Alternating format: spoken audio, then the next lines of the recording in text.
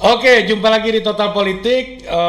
Sekarang kita masuk ke kabar politik. Gue sudah kedatangan seorang pengamat dan orang yang melakukan studi mendalam mengenai hubungan internasional. Selamat datang Aisyah R. Kusuma Sumantri ya. Halo, Semoga gue nggak salah sebut nama Enggak lo. kok, bener.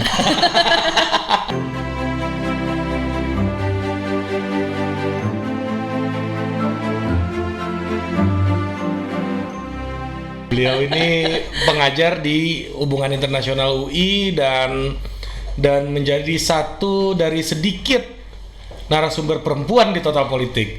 Jadi gue affirmative action nih di sini. Gue lagi mengejar kuota 30%. Parah betul statistiknya YouTube gue itu parah betul, Ra. Emang makanya Perempuannya nggak nyampe 10%. Ini kan secara undang-undang gue kalah sama partai gitu loh. Gue ngerasa Total Politik tuh ya ruang bicara dan harus menjadi institusi demokrasi layaknya partai politik. Tuh. Partai aja 30% harus menuhin kuota setiap pemilu, iya kan? Nah sekarang gue aja penonton gue subscriber cuma 10%, nggak nyampe perempuan. Jadi tolonglah perempuan, ayo kita sadar politik. Kalau Ibu Aira kan nggak perlu lagi diajak. Waduh. Ya kan? Udah by choice. Gue nggak tahu by choice apa by destiny itu. baik kebetulan sih sebenarnya. By coincidence. By nasib. By nasib. Oke, Ra. Lu ngajar di HI apa yang lu ajarkan di situ? Gue tuh sekarang ngajar ilmu hubungan internasional, spesifiknya sebenarnya studi keamanan. Oke. Studi keamanan, Security ya. security studies. Ini gue ada beberapa expertise sebenarnya yang selama ini riset gue lakukan. Yang pertama itu mungkin tentang politik, geopolitik. Lalu yang kedua itu tentang asymmetric warfare. Yeah. Asymmetric warfare ini termasuk insurgency, counter-insurgency, lalu tentang terorisme.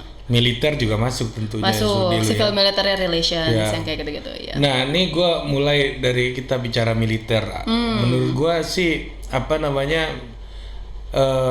ini kita itu sempat heboh dengan istilah SSR dulu kan. Security Sector Reform, lu ngikutin kan isu ada buku putih militen segala macam waktu itu kan di Indonesia. Nah, lu gimana sih ngelihat hubungan sipil militer di Indonesia hari ini, terutama di dalam ranah membangun militer yang profesional hari ini udah sampai mana sih menurut lu langkah dari? Gue boleh sebebas apa nih ngomong? Boleh sebebas-bebasnya ya. Gue takut diciduk cuy. Enggak, terserah lu. Di sini aman lah. Oke lah, safe space lah ya. Safe place. 2.000 orang doang. Tapi sejujurnya emang Indonesia ini kan sejarah militernya panjang ya. Nggak cuma dari masa kemerdekaan, tapi sebelum masa kemerdekaan itu maksudnya sudah ada bibit-bibit militer kita. Dan sebenarnya kalau dari karakternya, ini kita militernya itu sangat dekat dengan rakyat. Jadi tentara perjuangan dari rakyat. peta dulu ya. Peta itu bentukan Jepang. Sebelumnya udah ada kayak TKR dan lain-lain gitu. Nah sebenarnya kan ada juga yang dari Kenil. Jadi sebenarnya latar belakangnya macam-macam. Tetapi yang gue bilang kenapa kemudian latar belakangnya itu sangat dekat dengan rakyat, dia sifat perangnya itu insurgensi dulu, melawan pemerintahan Belanda yang saat itu berkuasa di Indonesia. Jadi nggak satu lawan satu. Kalau lo terbayang perang, tuh yang kebayang pasti kan kayak dua unit politik. Iya, dua unit politik. Lalu kemudian kayak perangnya besar. Misalnya kayak film-film kayak apa ya? Letter from Hiroshima gitu-gitu kan. Kayak gitu kan. Atau misalnya lu kayak Saving Private Ryan, kayak Bands gitu-gitu. of Brother gitu-gitu lah. Cuma kalau kita lebih kayak Amerika dulu zaman revolusi. Milisia ya lebih. Milisia. Jadi jatuhnya itu seperti tentara yang kemudian terbentuknya tuh organik gitu di antara masyarakat. Nah, kalau misalnya ngomongin tentang hubungan masyarakat dengan tentara sendiri, ini hubungannya dekat sampai sekarang. Jadi tentara ini dianggap sebagai sosok heroik di antara masyarakat Indonesia, sosok yang kemudian memiliki pengaruh luas di antara masyarakat gitu. Makanya tadi kalau misalnya ada security sector reform, aku rasa sih sebenarnya ini lebih mengarahkan kayak misalnya tentara sebagai sebuah aktor yang kemudian lebih kuat ya di antara masyarakat. Tapi kan sejarahnya sebenarnya nggak selalu begitu ya. Ketika tahun dari 60-an sampai 65. tahun 90-an itu kan ketika era Orde Baru. Itu bisa kita lihat kalau misalnya memang tentara ini sangat mendominasi. Lalu kemudian reformasi masuk, ternyata kekuatan tentara itu dipangkas. Gitu, baik itu secara politik, penghapusan dui fungsi segala macam. Iya, penghapusan dui fungsi. Dulu tuh kekuasaan tentara kalau menurut riset hampir 70% dari total birokrasi Indonesia. Lu jadi bupati harus kolonel dulu. Iya benar. Terus ada orang bilang mau jadi dokter, ya udah masuk tentara. Mau jadi pengacara, masuk tentara. Pokoknya best talent di Indonesia ini masuknya ke Akmil semua. Iya, masuk tentara. Makanya ya harus diakui orang kayak Pak Prabowo, Pak SBY yang pinter-pinter tuh masuknya ke Akmil kan. Nggak ada yang masuk startup gitu kan. Kalau sekarang di startup semua. Sekarang temen gue di Gojek gitu. Traveloka kita bisa gitu kan. Kalau dulu trennya masih tentara ya, tentara PNS kayak gitu. Orang juara-juara kelas pasti maunya Akmil. Itu benar tuh. Ketika tahun 98 udah ada reformasi ya. Kita ngelihat secara kasat mata, secara terang-terangan gitu ya, kekuatan tentara menurun, tetapi sebenarnya enggak kok. Mereka tuh tetap salah satu aktor politik terkuat di Indonesia, meskipun mainnya di belakang layar ya. Sekarang kan nggak boleh ya tentara aktif itu main di politik. Tapi ya maksudnya belakang layarnya kayak apa biasanya, Ra? Yang lu tahu gitu ya. Aku takut kakak. Gak bercanda. Mungkin biasanya purnawirawan yang sudah punya koneksi dan network yang luas di dalam tentara ya. Lalu kemudian bisa juga melalui misalnya bisnis-bisnis. Mereka ini kan sebenarnya banyak yang punya bisnis seperti batubara, tambang. Itu periode awal mungkin ya, tapi kalau sekarang kan itu lebih banyak kayak laporannya Tempo, gua baca gitu ya. Lebih banyak diambil sama jenderal-jenderal polisi katanya.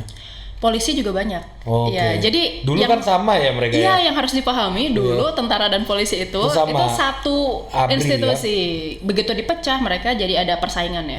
Kayak gitu. Tapi tetap ada jenderal-jenderal tentara ini maksudnya punya backingan lah istilahnya kayak gitu.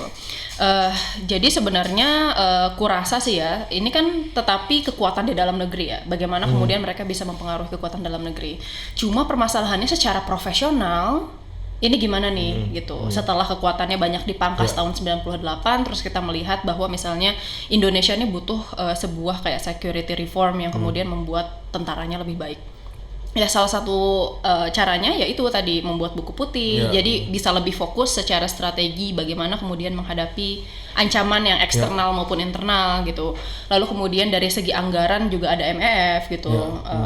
Dia dikasih misalnya anggaran yang lebih besar sekitar 2-3% dari total anggaran Indonesia untuk kemudian memperbaharui misalnya alutsistanya. Lalu kemudian memperbaiki kesejahteraan tentaranya. Karena setauku sekarang tuh anggaran itu banyak terserap untuk gaji gitu dibandingkan dengan alutsista gitu. Bisnis militer gimana? Ya ini gua pernah menemukan gini, Ra. Gua pernah ke daerah, bahkan di daerah lu juga di Depok.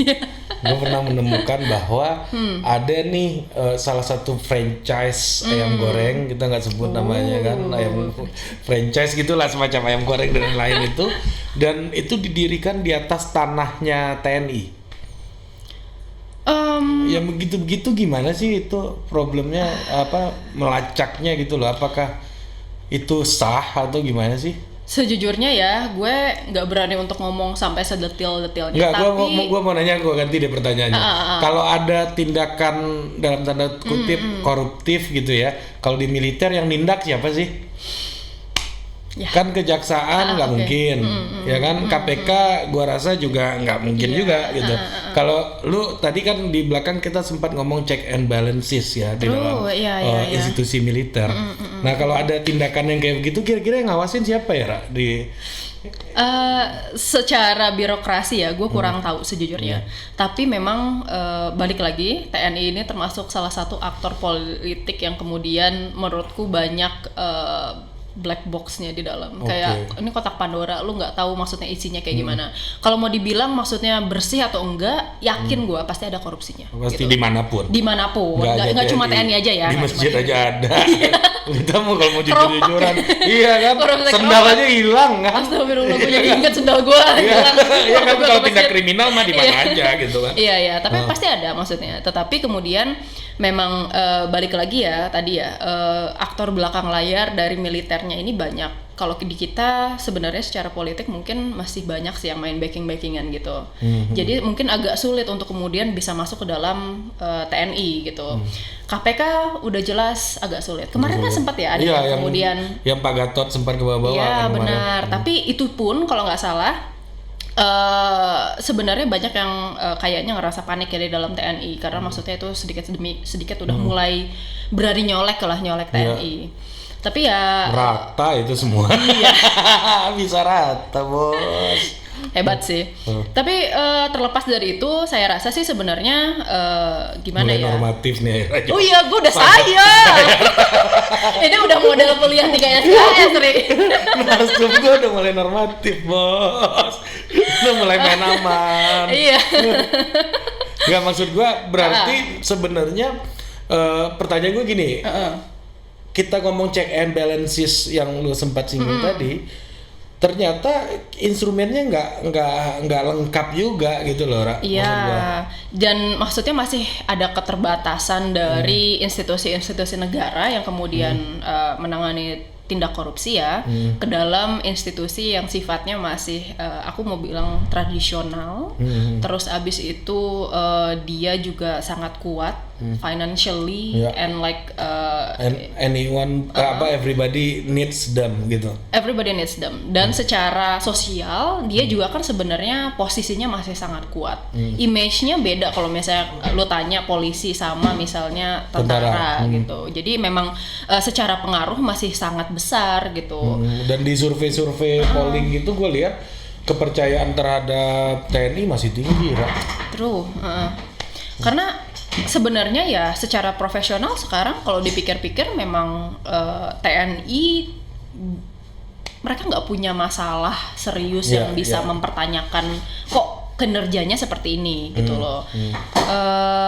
Paling soal-soal TNI itu yang paling sering muncul tuh kan soal human rights, soal yang tapi soal profesionalisme kan nggak banyak. Sejauh ini nggak banyak ya, tetapi kalau misalnya human rights balik lagi ya, sekarang kan udah era reformasi. Sebenarnya masalah yang paling banyak muncul ini kan yang di Papua ya, human rights ya. Masih banyak kayak pertanyaan kenapa sih kemudian banyak kasus-kasus yang unresolved, yang nggak bisa diselesaikan gitu di Papua. Nah oke, Ra, sebelum situ, gue itu pernah gini nonton, lu coba cek di YouTube deh. Jadi Pak Jenderal Gatot waktu itu masih kasat kalau gue nggak salah, dia diwawancara sama TV. Pas wawancara sama TV gitu kan, Pak, backlight, Pak. Di belakang tuh ada sekitar 3 batalion lah, pokoknya ratusan orang tentara duduk gitu kan. Gara-gara backlight kata wartawan, oh ya udah pindah aja situ. Tentaranya pindah, Bos. Nggak nyampe 5 menit pindah jadi background. Gila. Buat bikin backgroundnya Pak Gatot aja gitu loh. Itu the power of disiplin. Disiplinnya kayak gitu. Jadi maksud gue secara profesionalisme orang pasti nggak akan ragukan TNI gitu kan. Iya. Tapi maksud gue instrumen check and balances dari publik tuh apa yang bisa digunakan? Itu loh pertanyaan gue sebenarnya. Menurut lu sebagai orang yang meneliti soal security gitu. First of all, sebenarnya check and balance yang sekarang banyak dilakukan itu menyasar ke aktor politik. Dalam artian kayak secara misalnya dari legislatif, eksekutif, lalu yudikatif. Masih sangat kelembagaan. Masih enggak juga. Ini scrutinize ke perorangan juga. Tetapi ini kan sebenarnya lembaga civilian ya. Gitu. Jadi banyak sebenarnya check and balance yang dilakukan ke lembaga civilian. Tentara ini karena dia sekarang agak terpisah dengan lembaga politik, jadi sebenarnya untuk check and balance masyarakat masuk ke tentara ini agak sulit juga. Gitu. Selama ini kan sebenarnya kalau yang kita lihat check and balance-nya dalam bentuk voting politik ya. Di parlemen. Di mana? Di parlemen, di eksekutif gitu. Jadi kalau dalam negara demokrasi ini ketika kita kemudian berbicara tentang misalnya ada koruptor nih yang kemudian dipertaruhkan ketika dia dapat publikasi yang buruk itu kan sebenarnya elektabilitas dia di pemilu yang selanjutnya kan. Gitu. Tetapi kalau tentara dia nggak peduli dengan ini. Iya, nggak peduli. Dia nggak ada concern kalau misalnya seandainya saya melakukan kegiatan yang kemudian melanggar hukum, itu kemudian saya akan kehilangan jabatan saya. Public gitu. Support gitu. Public support, perlu, kan? political support kayak gitu. Tetapi sebenarnya ya balik lagi ya, kejahatan bisa terjadi dimanapun dan bahkan banyak kejahatan yang kita nggak tahu gitu loh. Gitu. Jadi apa yang kemudian sebenarnya ini perang pengaruh dan perang narasi gitu. Apa yang kemudian sampai ke masyarakat itu kan yang kemudian menjadi bahan support dan political power dia di masyarakat kayak gitu. Dan pemerintah pun membutuhkan sebenarnya support dari militer dimanapun mereka kan bisa mengambil alih kekuasaan kan. Benar. Yang banyak terjadi kayak di Mesir di mana-mana kan. Benar. Nah, ini juga pertanyaan gua, Ra. Pak Prabowo di RDP atau apa gitu ya sempat bilang, saya nggak bisa buka anggarannya nih. Karena negara lain akan tahu nih pertahanan kita bla bla bla bla bla bla. Menurut lu etis nggak itu dilakukan oleh seorang pejabat publik dengan dalam konteks security reasons? Etis dan nggak etis sebenarnya. Sebagai kan kita bicara check and balances ya. Iya benar-benar. Sebenarnya secara anggaran pasti ya setiap negara itu tiap tahun dia mempublikasikan butuhnya apa aja, sekian anggarannya, lalu kemudian dipakainya apa aja. Orang sampai sekarang kita misalnya di RAND misalnya itu kita bisa cek misalnya itu anggaran Indonesia itu kepakainya untuk apa aja kayak gitu. Tapi gimana ya, kalau untuk Prabowo sendiri saya rasa sih sebenarnya mulai normatif lagi. Ya. saya rasa saya lagi oke balik lagi ingetin gue ya kalau gue udah mulai normatif. Ini isu-isu pinggir jurang nih bos. Gue takut kalau nggak gue yang kepleset oke kalau gue rasa sih jadi memang kalau misalnya untuk Prabowo ada yang etis dan gak etis. Sebenarnya secara publicly Indonesia ini mempublikasikan kok anggarannya itu dipakai untuk apa aja. Berapa persen untuk misalnya kepegawaian, berapa persen untuk alutsista, berapa persen untuk misalnya anggaran lain misalnya kayak logistik ya, kayak bensin, lalu kemudian makanan dan lain-lain. Tapi sebenarnya mungkin yang rahasia adalah lebih ke arah kayak deployment ya, penggunaannya gitu. Jadi saya rasa sih sebenarnya nggak ada alasan untuk menyembunyikan. Karena anggota DPR memiliki hak imunitas untuk bicara apapun sesuai dengan tugas mereka juga. Benar. Walaupun di situ ada orang Gerindra juga yang pasti akan setuju saja dengan pendapat Pak Prabowo. Iya. Besok Anda ganti gitu aja kan. Gitu. Tenang aja, Rago juga main di pinggir jurang. Enggak nyalu. Pokoknya kalau ada apa-apa salah hari. Gue mah cuma ikut-ikutan aja gitu. Oke, ini segmen ini yang terakhir nih gue tanya. Kenapa di Indonesia, ini selain Mayor Agus Harimurti Yudhoyono ya, tentara itu harus jenderal dulu baru masuk ke politik, Ra. Sementara kayak McCain ya, kalau nggak salah dia pangkatnya nggak jenderal, gua kan di Amerika tuh gue lihat hampir nggak ada tuh tentara yang pangkat jenderal masuk ke politik. Mungkin di Eropa pun juga gitu kan? Iya. Kebanyakan ya, terutama Amerika lah yang gue tahu nih. Kan udah purnawirawan. Iya, itu pasti. Maksud gua, lu kan bisa earlier retirement kan? Iya.